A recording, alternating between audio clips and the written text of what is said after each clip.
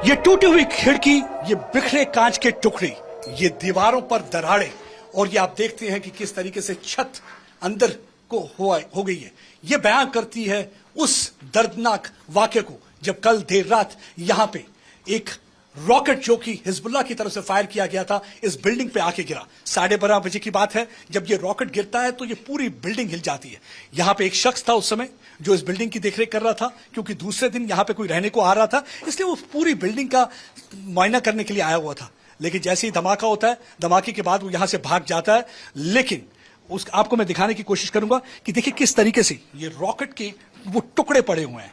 आप देख सकते हैं कि किस तरीके से पूरा सुराख कर दिया है इन टुकड़ों ने। ये वो किलर टुकड़े हैं जो किसी की भी जान ले सकते थे। आप देख सकते हैं कि किस तरीके से ये पूरा सुराख कर दिया है। ये पूरा जो देखिएगा रूफटॉप जो है, इसकी छत को छेद करते हुए ये टुकड़े अंदर गिरे हुए हैं।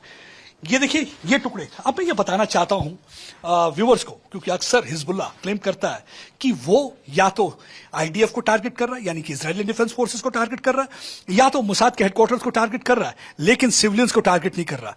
लेकिन मैं उनको बताना चाहता हूं कि ये जो है ये रेजिडेंशियल एरिया, यहां दूर दूर तक कोई आर्मी का हेडक्वार्टर नहीं है, दूर दूर तक आईडीएफ का कोई हेडक्वार्टर नहीं है, यानी कि यहां की इजरायली मिलिट्री कहीं भी आपको नजदीक में नजर नहीं आएगी। अब आपको मैं दिखाता हूं कि देखिए किस तरीके से इसका इंपैक्ट, कितना धमाका कितना जोरदार और कितना जबरदस्त था। कहने को तो ये किचन है, लेकिन किचन वाली कोई बात अब इसमें कोई खास नजर नहीं आती।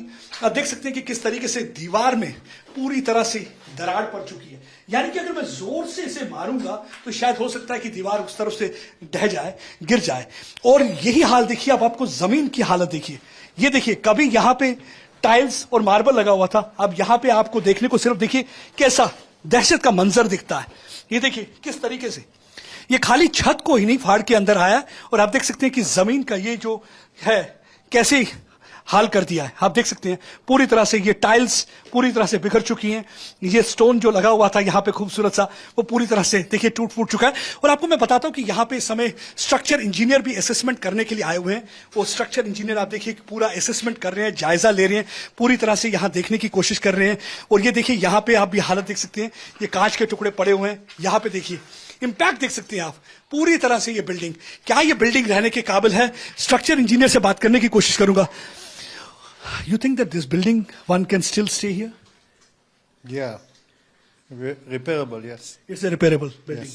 But you think that this was a very big rocket because of which that already hole has been created? No, relatively not so big, no. Okay.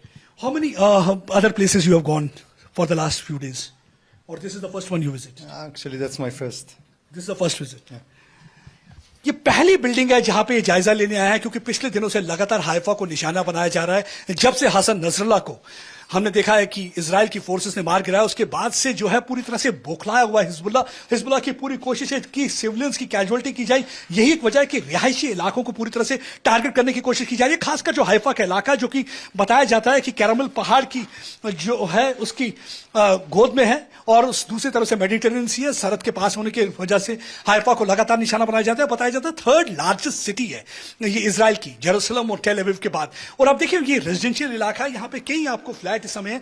यहाँ पे आप देखिए पूरा सन्नाटा छाया हुआ है। जहां पे यहाँ बच्चों की किलकारी सुनाई देती थी, लोगों के हंसने खेलने की आवाज आती थी, आज यहाँ पे कंप्लीट सन्नाटा छाया हुआ है। मेरी आवाज भी आपको यहाँ पे एको करती हुई नजर आएगी, क्योंकि जब कोई शख्स रहने के लिए नहीं है, सारे देखिए घरों में ताले लगे हुए हैं, सब लॉक्ड हैं, यहाँ पे कोई इस समय रह नहीं रहा। ज्यादातर लोग यहाँ पे सेफर प्लेसेस में जा चुके हैं, क्योंकि लगातार कोई भी रात नहीं गुजरती जब यहाँ पे हिजबुल्लाह की तरफ से रॉकेट न चले हों। यही एक वजह है कि इजरायली डिफेंस फोर्सेस ने भी पूरी ताबड़तोड़ तरीके से हिजबुल्लाह को मार गिराने की कोशिश की। हमने देखा कि किस तरीके से 50 के करीब उनके जो हैं जो दहशतगर्द हैं मार दिए गए हैं पिछले 24 घंटों में, और जिसमें 5 कमांडर हैं, यानी कि सक्सेसर जो कमान संभाल सकते थे हसन नसरल्लाह के बाद। अब ये देखिए ये 61 नंबर बिल्डिंग का ये फ्लैट, ये 61 नंबर का फ्लैट, ये फ्लैट निशाने पे था हिजबुल्लाह के। और मैं एक बार फिर से आपको अंदर ले चलता हूं।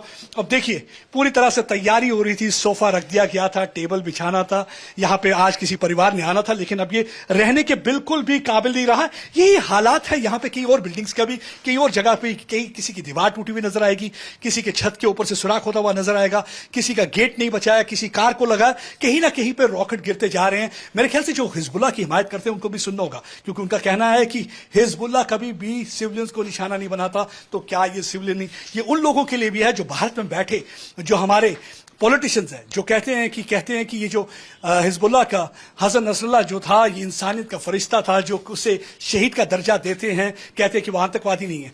क्या वो शहीद का दर्जा देने के काबिल है?